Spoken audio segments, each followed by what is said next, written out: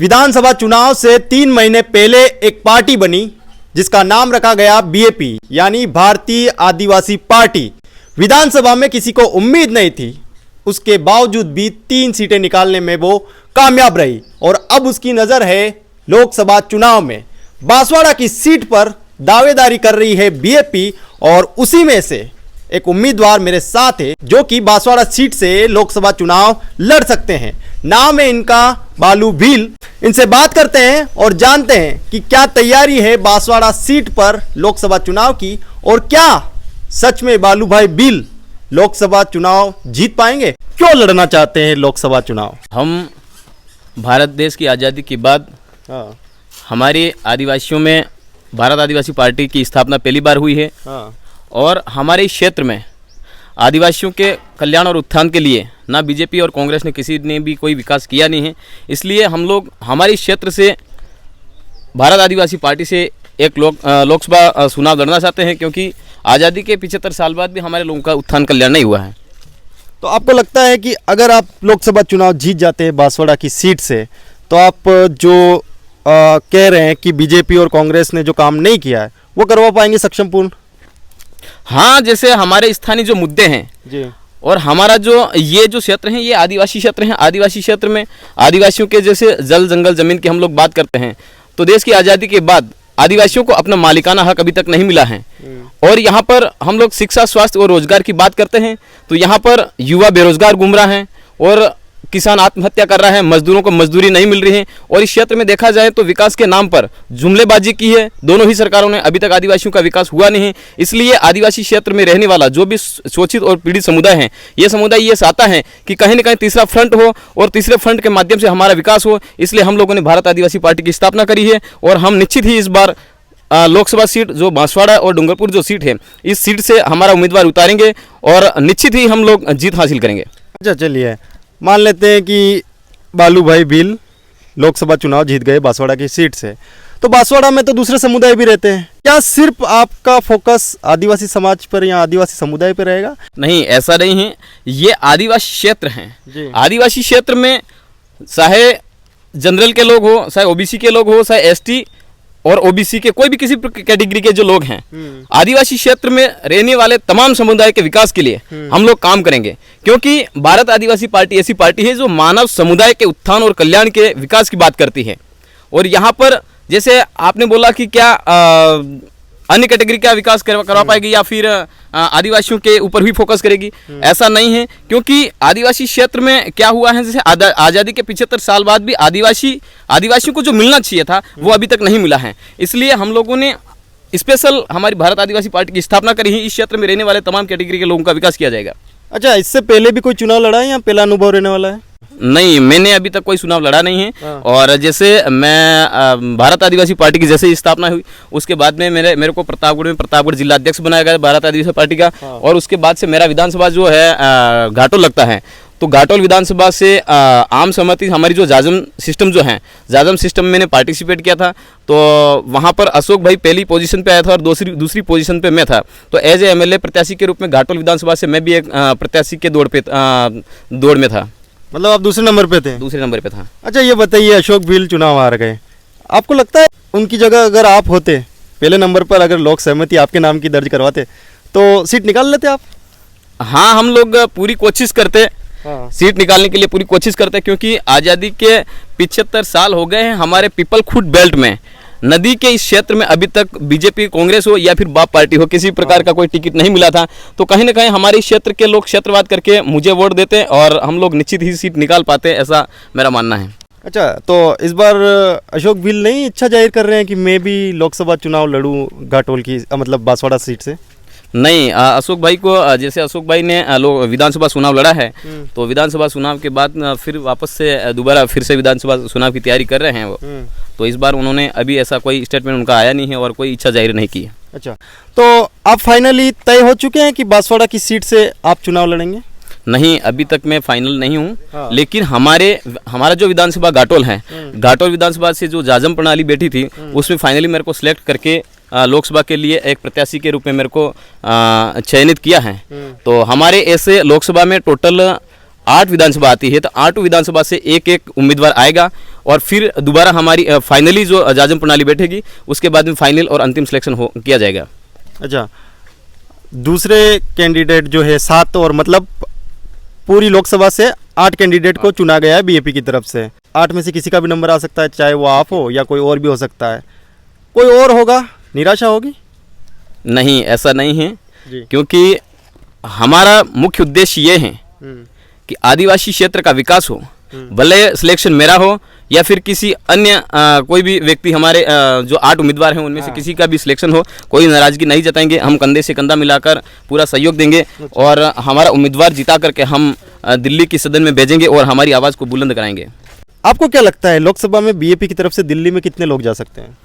लोकसभा में हमारे राजस्थान से दिल्ली में जैसे हमारा उदयपुर जो है, उदयपुर लोकसभा है, बांसवाड़ा लोकसभा है जो सीट है, इन दोनों सीटों से पूरी संभावना है कि दोनों सीटें फाइनली जीत कर जाएगी और दिल्ली में हमारी आवाज़ को बुलंद करेगी। अच्छा, क्या मुद्दे रहने वाले हैं दिल्ली में, किस बात पर ज़्यादा जोर दिया जाएगा? देखो, हमारा मुख्य उद्देश्य ये रहेगा कि शिक्षा, स्वास्थ्य और रोजगार। अच्छा, पहला प्रमुख मुद्दा हमारा रहेगा शिक्षा, स्वास्थ्य और रोजगार। दूसरा ये है कि वर्तमान समय में आज जैसे संविधान खतरे में है, संविधान खतरे में है तो संविधान को बचाना है, दूसरा लोकतंत्र को बचाना है, क्योंकि आज संविधान और लोकतंत्र पर खतरा मंडरा रहा है और इस क्षेत्र में ना अच्छा एजुकेशन है, ना रोजगार है, ना स्वास्थ्य है, तो हम लोग इस पर काम करेंगे। अच्छा, निजी जिंदगी पे आते हैं, क्या कर रहे थे इससे पहले? इससे पहले मेरा गवर्नमेंट पीजी कॉलेज प्रतापगढ़ से मैंने बीएससी किया। उसके बाद मैंने एमएससी किया, पॉलिटिकल साइंस से फिर एमए किया और छात्र हित में मैं हमेशा काम करता था। तो साथ लीडरशिप करते करते वापस मैं भारत आदिवासी पार्टी के साथ मैंने भारत आदिवासी पार्टी को ज्वाइन किया और समाज के साथ में समाज के उत्थान और कल्याण के लिए काम करते करते आज इस भारत आदिवासी पार्टी के साथ में काम कर रहे हैं। तो नौकरी नहीं करना चाहते थे? हाँ, हमारा मुख्य उद्देश्य तो यही है, पहला तो हमारे को रोजगार मिलना चाहिए, क्योंकि मैंने एमएससी इसीलिए किया था कि मैं नेट वगैरह करके मैं कॉलेज प्रोफेसर बनूं। मेरा सपना था एक कॉलेज प्रोफेसर बनने का। लेकिन जैसे ही हम लोग शोषित और प्रताड़ित थे तो हम लोगों ने छात्र हित में काम किया और हमारे जो इस क्षेत्र के बेल्ट के जो लड़के हैं, छात्र छात्राएं जो हैं, जो शोषित और पीड़ित थे, उनके कल्याण और उत्थान के लिए, उनके सहयोग के लिए हम काम करते थे। तो धीरे धीरे वापस क्या हुआ, हम लोग खुद शोषित थे। अच्छा, शोषित थे तो हम लोगों ने काम करना स्टार्ट किया, फिर काम करते करते आज इस मंच तक आए हैं और आज यहाँ तक पहुँचे हैं।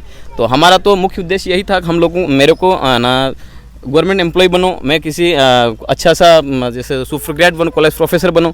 लेकिन आज कहीं ना कहीं मेरा टर्निंग पॉइंट यहाँ तक आया है। तो आज मेरे को लोग सुबह उम्मीदवार के रूप में हमारे घाटोल विधानसभा से प्रत्याशी के रूप में चयनित किया है। माता पिता क्या करते हैं आपके? मेरे माता पिता खेती करते हैं। पैसा है, क्योंकि चुनाव लड़ने के लिए तो पैसा भी चाहिए होता है, तो व्यवस्था हो पाएगी पैसे की? देखो, पैसा सब कुछ नहीं मायना नहीं रखता है। अच्छा। क्योंकि हमारे पास में इतना पैसा नहीं है, लेकिन हम लोग आमजन की जो आवाज़ उठाते हैं तो आमजन हमारा निश्चित ही सहयोग करेगा, क्योंकि बड़ी बड़ी जो पार्टियां हैं उन पार्टियों के पास में पैसा और फंड होता है, पर स्वाभाविक से हमारे लोग जैसे आज इस क्षेत्र की बात करते हैं तो सारे युवा हैं और आज पढ़ा लिखा जो युवा हैं तो हमारा सहयोग करेगा, पैसों की ऐसी कोई ज़रूरत नहीं होगी। कितने चेहरों का फाइनल अभी विधानसभाओं से मतलब प्रत्याशी के रूप में नाम आ चुके हैं बाहर बीएपी की तरफ से? लोकसभा जो सीट बांसवाड़ा की है वहाँ से हमारे लगभग 6-7 जनों के नाम तय हो चुके हैं। जैसे हमारे घाटोल से मैं हूँ, बांसवाड़ा से लालसन जी है, लालसन जी मैड़ा करके है, और उधर कुशलगढ़ से हीरालाल जी दामा है, और गढ़ी से राकेश डिंडोर करके है, फिर बागीदोरा से प्रभु ग्राशिया करके हैं, उधर सोरासी से हमारे पोपट जी खोकरिया हैं। ऐसे नाम लगभग सबके तय हो चुके हैं। अच्छा, इनमें से एक चेहरा कैसे चुना जाएगा? इनमें से एक चेहरा तो जैसे हमारे पूरे लोकसभा क्षेत्र के सारे लोग बैठेंगे, हर एक पंचायत से लोग आएंगे और फिर जाजम प्रणाली बैठेगी, जाजम में फिर आम सहमति होगी, आम सहमति के माध्यम से फाइनली एक जने को सिलेक्ट किया जाएगा। अच्छा, नेता का गुण होता है जनता के लिए, मतलब सच्चे नेता का और अच्छे नेता का गुण होता है कि जनता के लिए कुछ अच्छा काम करे। ऐसा कुछ किया है आपने इससे पहले? हाँ, मैंने छात्र लीडरशिप करी। जब मैं छात्र नेता के रूप में काम करता था तब मैंने कॉलेज छात्रों के लिए काफ़ी संघर्ष किया है। जैसे प्रतापगढ़ में कन्या महाविद्यालय नहीं था, तो जैसे ही मैं बांसवाड़ा गया मैंने हरिदेव जोशी कन्या महाविद्यालय देखा, उदयपुर गया तो उदयपुर में कन्या महाविद्यालय था, तो मैंने देखा कि बांसवाड़ा जिले हेडक्वार्टर पे कोई कन्या महाविद्यालय महिला महाविद्यालय नहीं था।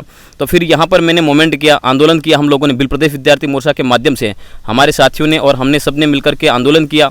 और ये जो नेशनल हाईवे है, इस हाईवे के ऊपर हमने धरना प्रदर्शन किया।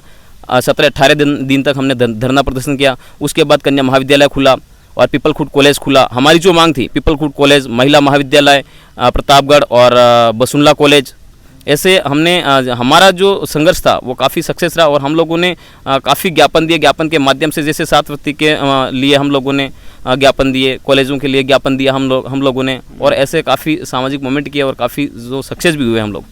अच्छा, ये सारे आंदोलन वगैरह करते हुए कभी पुलिस से पाला पड़ा, जेल जाने का, या ऐसा कुछ हुआ? कभी ऐसी कोई घटना हुई कि जेल वगैरह गए हो? पुलिस से पाला तो देखो, छात्र राजनीति में पुलिस से पाला पड़ता ही है। जैसे हम लोग कॉलेज में आंदोलन करते थे, धरना प्रदर्शन करते थे, कॉलेज को बंद करते थे, तो पुलिस आती ही थी, पुलिस से पाला पड़ता था। लेकिन अभी तक जेल नहीं गया, ऐसा कोई मौका नहीं आया जो जेल जाने का मौका नहीं आया। लेकिन पुलिस से पाला हमेशा पड़ता रहता था, क्योंकि छात्र जीवन है। छात्र जीवन में हम लोग ये आंदोलन मूवमेंट करते हैं तो पुलिस तो आती है। प्रशासन का काम है, ये प्रशासन का काम करता है प्रशासन। दोस्त तैयार है इस चुनाव को लेकर? जब सुना कि हाँ हमारा दोस्त है वो चुनाव लड़ सकता है, संभावना बन रही है, नाम तो आ ही चुका है, हो सकता है कि फाइनल भी हो जाए, तो दोस्तों की टीम तैयार हो चुकी है कि हाँ सपोर्ट करने के लिए हम खड़े हैं?